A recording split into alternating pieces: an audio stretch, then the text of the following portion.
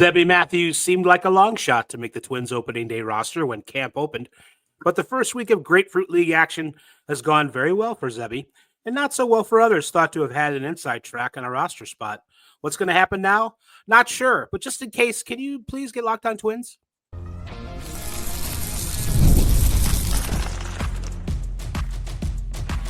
You are Locked On Twins, your daily Minnesota Twins podcast. Part of the Locked On Podcast Network, your team every day. Well, hello again, everybody, and welcome back to Locked On Twins, your daily go-to source for the top Minnesota Twins insight, discourse, and analysis. Personally, it's my favorite show of the Imperial Locked On Podcast Network, which, by the way, brings you your team every day. Don't forget to hit like and subscribe where applicable. Just don't hit me. I'm a pacifist. I'm Dave Brown, an MLB writer since Zebby Matthews was hopping around Kahlua, North Carolina in a union suit. I'm also a BBWA member and a Hall of Fame voter, by the way. Across the Great Plains of cyberspace is Brandon Warren, who was there when it was announced that Paul Molitor would not return in 2019. Brandon was a Twins fan who became a Twins writer, and now he's both. As the site expert at Puckett's Pond, a blog about the Twins. You should check out Brandon's written work and mine at Puckett's Pond to supplement your Locked On Twins coverage. On the podcast today, Zebby looks like he's ready for the majors, but are the Twins ready for Zebby to be ready? Did you know, Brandon, that if you do a typo on Larnach's last name in a certain way, the autocorrection is launch? How apropos. We'll check out other Twins who are helping themselves and who's not. And I want to ask you about Travis Hunter's assertion that his two-way is better than Shohei's two-way. Before we dive, we want to let you know something. Please come closer. Today's episode is brought to you by FanDuel. Right now, new FanDuel customers can get $150 in bonus bets if their first $5 bet wins. Download the app or head to FanDuel.com to get started. Do it. Do it. Zebby Matthews, Brandon, he sprang up unexpectedly through the Twins minor league system in 2024. Though once he got to the majors, it was kind of like someone sprung a trap on Zebby. So far in spring training, he looks like he's on the verge of being a major leaguer. He did 3 innings against the Orioles today, 5 strikeouts, looked really good.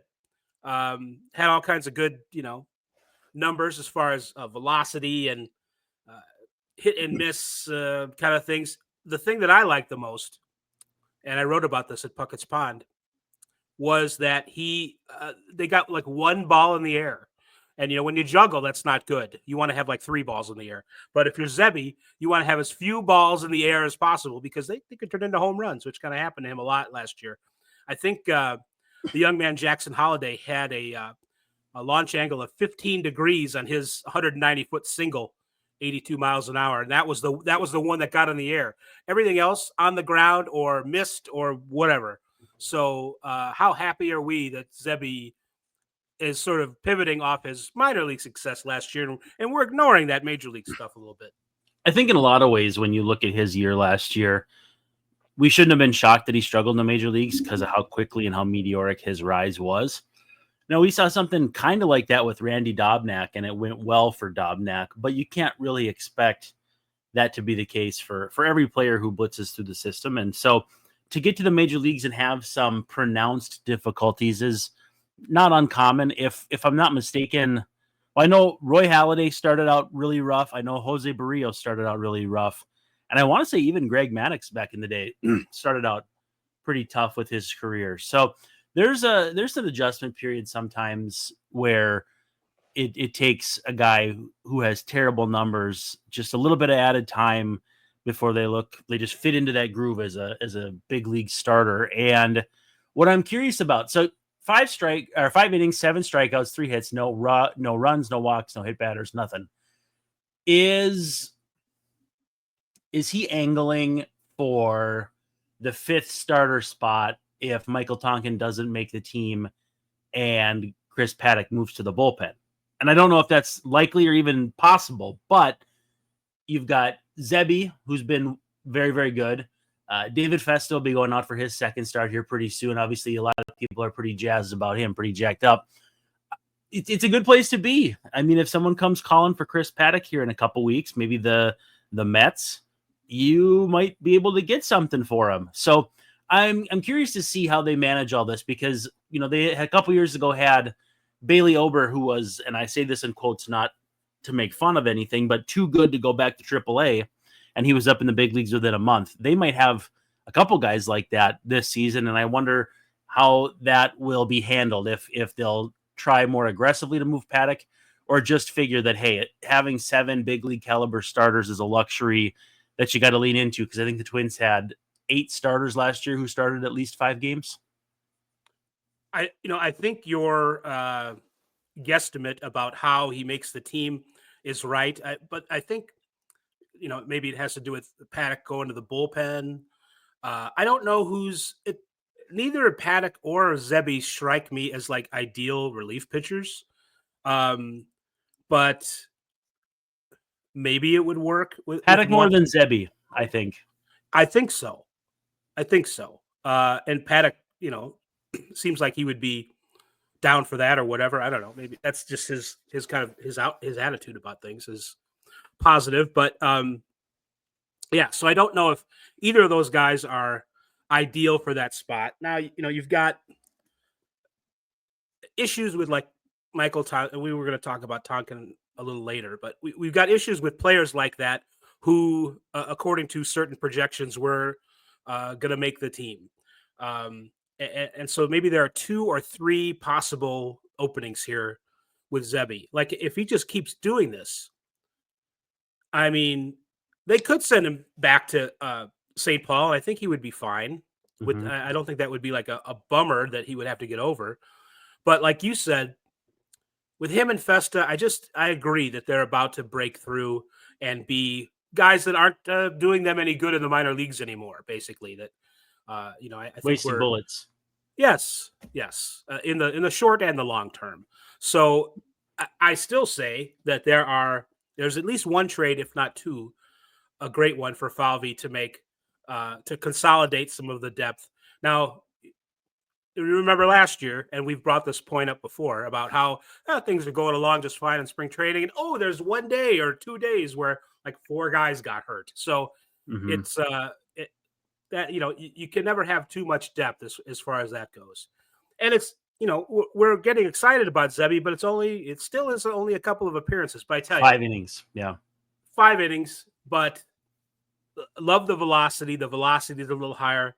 The spin on his 4-seamers up about 5%, if I did my math correctly. That's like not a huge amount, but it's not insignificant. Right.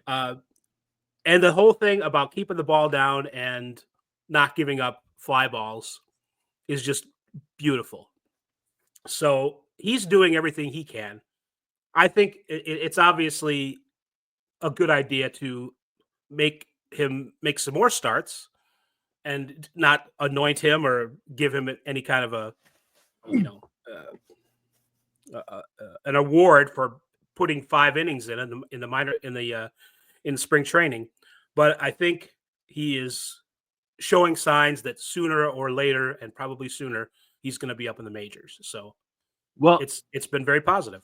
As far as Paddock goes too, I think you could kind of see the concept of a bullpen cowboy throwing hard out there, outlaw kind of thing, where that could be kind of a fun character to see. And I think the velo, if it spikes a bit, and I think we've seen it do that in the bullpen, maybe he conquers his home run issue a little more. And if we're honest, I mean, he hasn't been a very, very, very effective big league starter in, didn't we say 4 or 5 years? So it's back basically to since he was a rookie. Yeah. So it's not like he should have these grand expectations of being guaranteed a spot in the rotation. Now, maybe when he was signed, he kind of felt that way, but all for the greater good, I would think he'd be an asset out there. And much like I think like Lance Lynn could be cut out for closing based on his personality, just kind of a little bit case of the red ass. I don't know if Paddock is anywhere near that, because I've never asked Chris Paddock about a divorce, but willingly or unwillingly. But I think that could be interesting. Lengthens out your bullpen. And I mean, I think it's Zebby time coming up here pretty quickly. Same with Festa. They're going to try to figure out ways to get them in the rotation, or at the very least, helping the big league club soon. The failed never marketer in me kind of likes your idea of Paddock, riding in on his horse with his cowboy hat to save the game in the middle of the game, so like a mid-game closer. It would make for a nice fireman presentation on the scoreboard. So, we're ready for it. I don't know if the Twins are ready for it. And I think the good news is Zebby seems to have a good sensibility about it, and he doesn't feel entitled. He shouldn't. So that's good. But sometimes with the young kids, they can kind of get that attitude about things. And, well, it's not like he's a top draft pick from back in the day. That's bonus true. Baby sort of thing too. So, like Bailey Ober making it. Not to say it's house money, but you're definitely living a life that maybe you hadn't expected from the outset. So, yeah, and the Twins target guys who seem to be pretty good dudes too, and kind of want to do what it means to help the team. Now, I'm not saying that it's wrong not to want to go to the bullpen. Marcus Stroman, for instance, is now penciled in as the number 5 starter if Luis Gil has. You guys miss me. I thought of that when I saw Luis Gil was hurting. So it was a bit of a heel turn. All of a sudden becomes valuable again. Yeah, a bit of a heel turn, and I was thinking that was another great trade, Falvey. So I don't even remember what it was anymore. I'm not even worried about it. It was like 12 years ago. Jake Cave. Yeah, it's like all right. Well, now I remember. Yep. Not a great trade, but it took like 8 years for it to not be great. Right. And speaking of taking 8 years, we finally come to our break, our first, and we're going to take a break, and then we're going to talk more about what's going on in spring training with the Twins. Well, before we get back to spring training chatter, when the NBA game tips off, the action is just getting started, and there's no better place to get in on it than FanDuel, America's #1 sports book. As we're recording, I have the Timberwolves on, and I'm keeping an eye on what this second half has to offer in Utah. But with FanDuel, you can place live bets throughout the game. So even if you miss the opening tip-off, like me, for instance, I started watching the second quarter, you can still bet on something that's going to happen in the second, third, fourth quarter, big fourth quarter comeback, whatever you have in mind. FanDuel wants to help. You can stay in on the action. And if you're looking for a bigger payout, have you ever heard of these things called SGPs? They're same game parlays. Combine your live bets, makes the stakes higher and makes your payouts that much better. Right now, new FanDuel customers can get $150 in bonus bets if your first $5 bet hits. Again, new FanDuel customers, $150 in bonus bets. Just got to hit on that first $5 bet. Visit FanDuel.com to join today. Again, $150. So hit that first bet and you're in good shape. Make every moment more with FanDuel, the official sports betting partner of the NBA.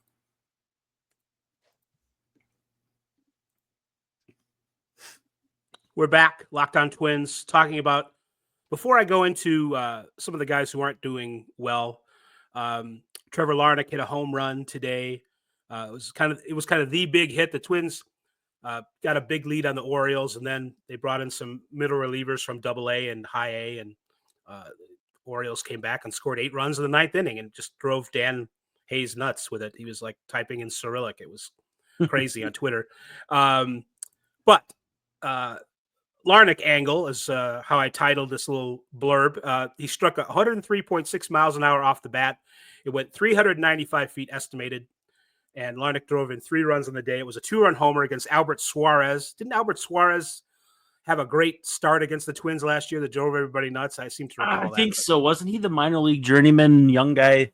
Not young guy. I want to say he was like 28, early, and not great peripherals, and he just shut the Twins down. Maybe early. He did that to a few teams, but yeah, it was frustrating at the time. He had what the kids call a Linsanity run. Right. Do you know the reference? The Jeremy Lin, the basketball player? Player? Okay. I was making sure you weren't completely out. I'm a hep cat, Brandon. Okay. So Larnach had a good game. You know, had another good game. Speaking of like, where do you put him? Deshaun Kersey. Mm-hmm. He filled up the box score without even getting an official at bat. He came off the bench and scored 3 runs. He walked twice. He got hit by a pitch. He stole a base. And that was all after coming around as a pinch hitter. So a pinch runner. Pinch runner. Remember, you even posted a question mark about it on the tweets. You're like, pinch runner, what? Right. Well, I had a graphic up there of his line in his box score, and it was like 3 runs, no at bats, no hits. It's like, how, but he keeps finding ways. Who was that base runner? Is it Herb Washington, who would steal all those bases for the A's but never actually got to hit? Yeah, he just ran track. Percy, though, he's got some baseball skills, so that's good. Yes, he does. He sure does. He's not just a runner; he's also a fighter. So those guys are playing well. It's only a couple of appearances, but Twitter is overreacting, and maybe I am too, to Michael Tonkin not doing so well.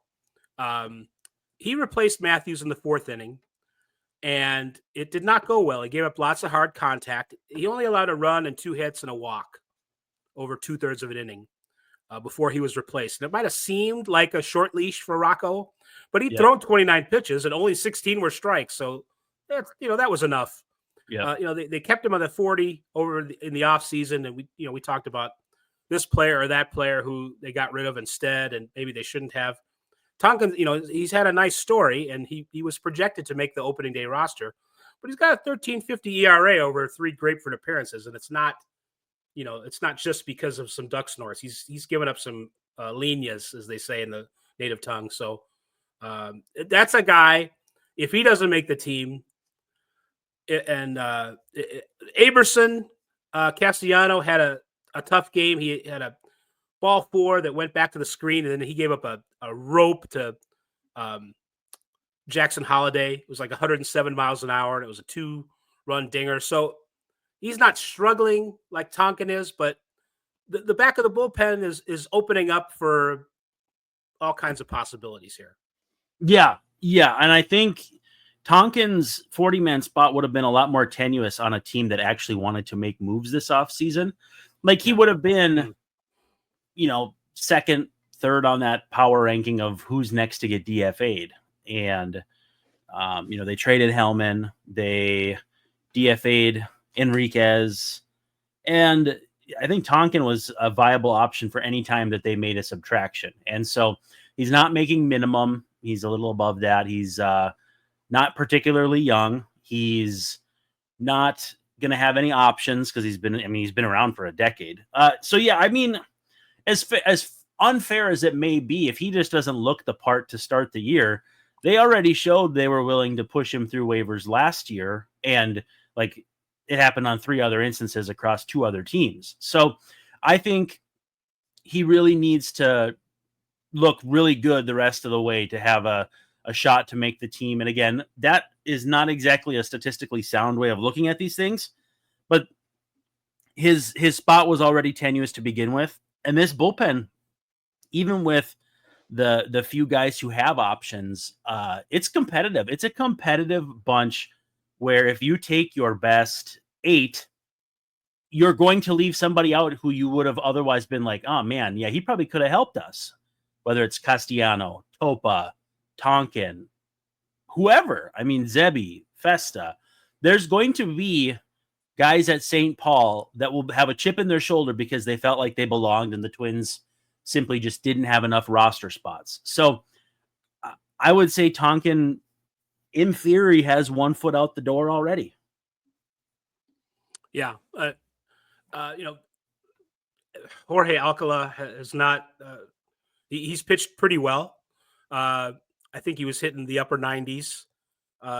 His velocity was a little inconsistent, which I think was one of the bugaboos that they had with him last year. They want him to go out there and let it eat, I believe. Well, and he's a year further from shoulder stuff, I think, or whatever arm issue cost him a year. Every year he gets further. If he's not consistent at this point, you kind of lose hope that he ever will be again, and you're not too afraid to move on and have a Nick Anderson situation happen. Right. So not the hitting someone with a bat when you're drunk situation. I mean, letting them go and they succeed elsewhere situation. Yeah, no, I understand the reference. Okay. I understood. So it's I also want to look at the second base situation, although we were going to do that in our next segment, I guess. But We're on our next segment. We're good. no, I thought we had one more segment after this, don't we? Yeah. Who's getting to second base? Yeah, yes. But what I'm saying is we were going to have to take our break before we do that. There's no another break. Remember, I told you. I thought you said there were. Okay. Why do I always think the opposite of what you said is true? It's just. You're a rouser of rabble. All right, I guess. Rabble. All right, so we can get right to second base then. Yep. Which sounds dirty, but wasn't me in high school. That's for sure. Edouard Julien had a couple hits today, and so did Brooks Lee. But one of Brooks Lee's hits was in the 90s, and I don't mean that in like pop music terms. He hit one like 93 miles an hour. Yeah. He hit one like 93, which is not that hard, but it's better than Edouard Julien, who had 2 hits that were in the 70s. And it's not. That sounds like some groovy, kind of man. French Canadian, Engelbert Humperdinck. What's the exchange rate? Some kind of dumb joke. No, I think if I were to try nail down what the organization would like to see, it's Brooks Lee winning the second base job, Julien going back, Julien furthering that idea that he wants to work to keep his job here. He said that he felt as though he kind of took it for granted last year. I think taking that a step further is saying, listen, you go to St. Paul, you crush it for a month, and we're going to have a need in some form or fashion. Ty France, after getting hit by a pitch, one of his arms is going to fall off. Some sort of thing where they're going to have a roster spot for Julien if he can go down to St. Paul and rule again. And so I think the Twins are eager or would like to see Brooks Lee win that job. I think they have the contingency plan of Willie Castro, but they prefer not to go that route.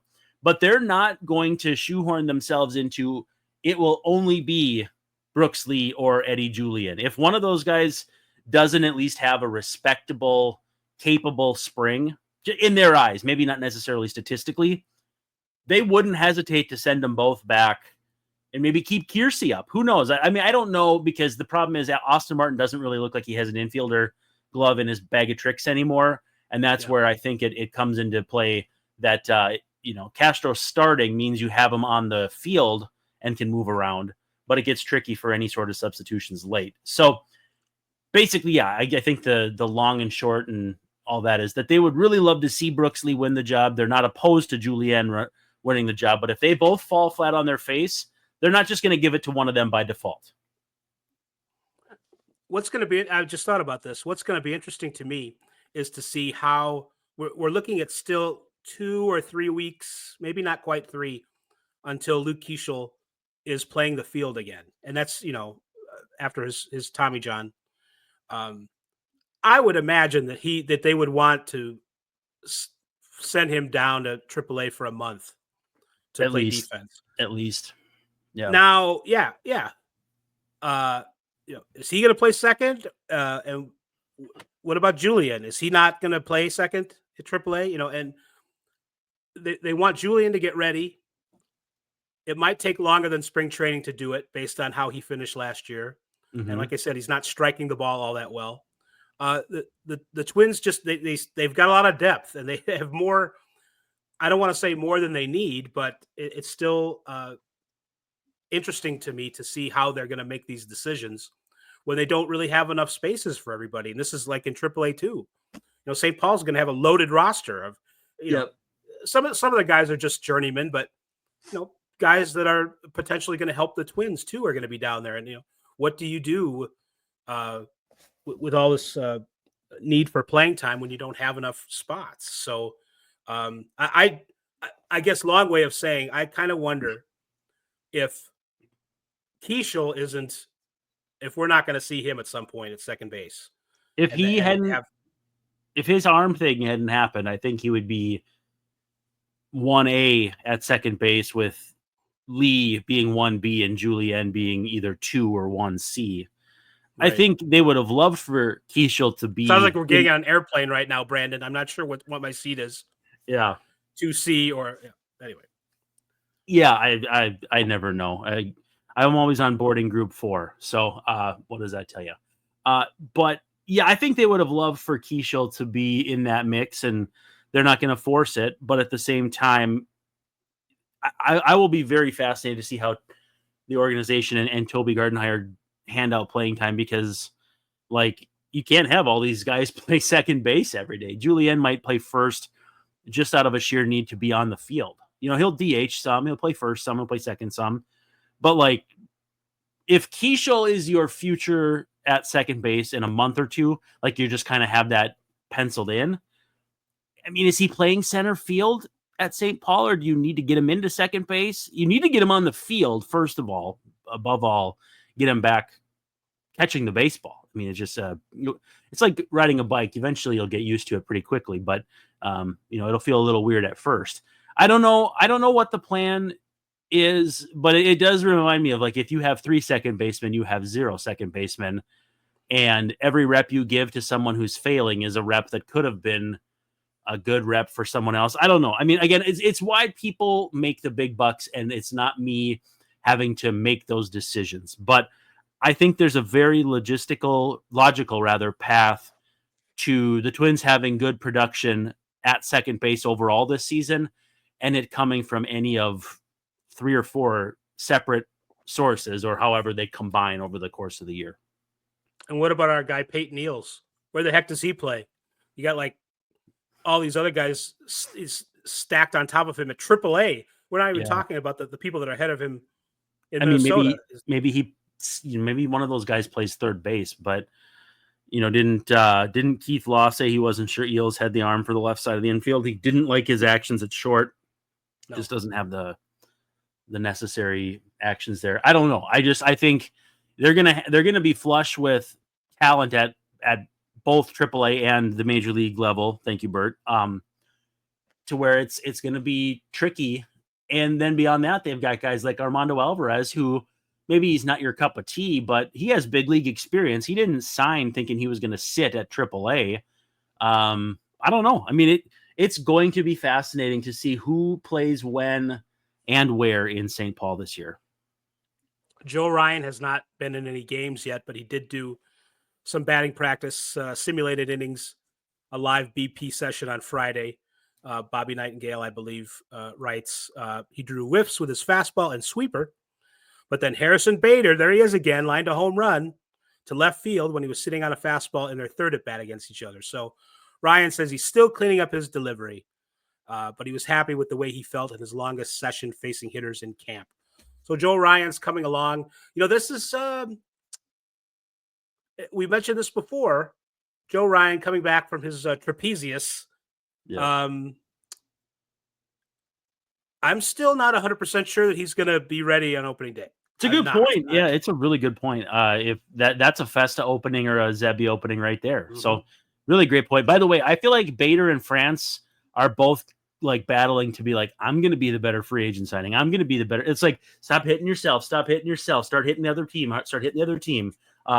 But like, I really feel like it's fun, the little quasi competition where they've both been so good so far. But yeah, no, I think a good point with Ryan that I maybe hadn't considered too much yet was like, maybe he needs, like Sonny Gray last year with the Cardinals needed a few, he missed like 2 starts to start the year with a hamstring, I think it was.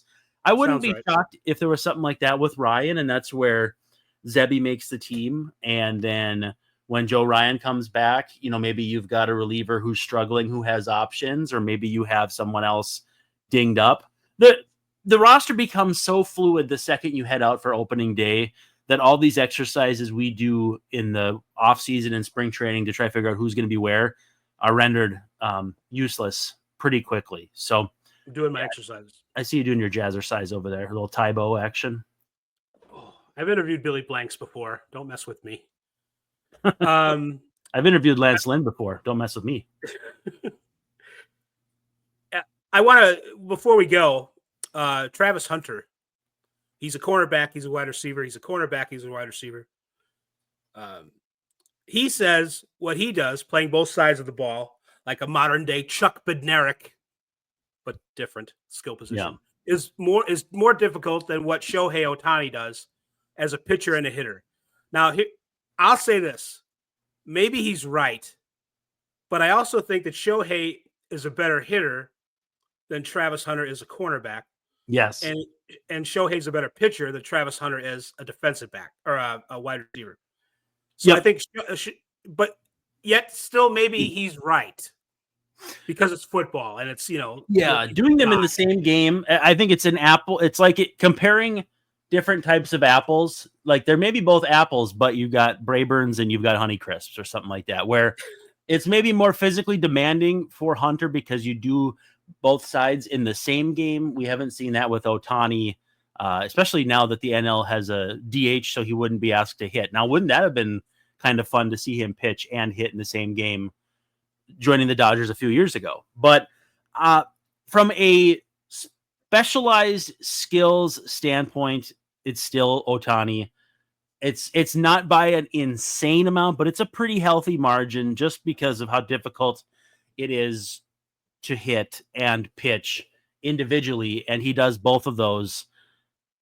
I mean, I guess you can't say Hall of Fame level as a pitcher just because we haven't seen quite enough of it, but the ceiling is there for Hall of Fame level for both. Whereas what is Travis Hunter's likelihood of being a Hall of Fame? Is Deion Sanders his peak? Deion had some offensive sub packages, but he was not an offensive star. I think Shohei's more impressive. Deion did have the returns though, the special teams, but sure. Yeah. And I know they, excuse me, get paid in college now or more, but I want to see him be a professional too, before I go and say, yeah, you're right, buddy. Your Shohei is better than Shohei. So yeah, I don't buy it completely, but I'm willing to maybe lease with an option. For Brandon Warren, this is Dave Brown wishing you all a very pleasant good evening, saying that we are going to Alexei Casilla at Locked On Twins tomorrow night. Alexei!